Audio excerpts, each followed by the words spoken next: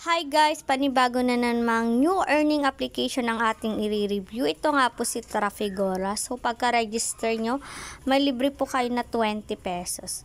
Then ang minimum investment dito is 300 pesos, which is ang kita daily is 90 pesos.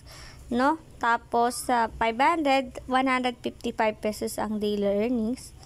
Yung 800, 256 ang daily earnings every day. Yung 1,500, 510 ang daily earnings. So, sa 1,500 guys, in just 3 days, bawi mo na agad yung puhunan mo. No?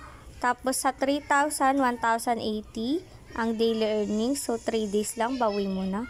Sa 6,000, 2,280 ang daily earnings. Sa 10,000, 4,000 ang daily earnings, no? So, and so on, guys, no? So, yun, guys, wag po kayo mag-invest sa malalaking products para hindi po sila mabilis tumakbo, no? So, yun, guys, if you want to invest dito, ilalagay ko na lang po sa pinned comment section ko yung aking link. And again, guys, invest what you can afford to lose lang, guys. And please subscribe to my channel for more videos and for more updates. Thank you for watching. Bye-bye!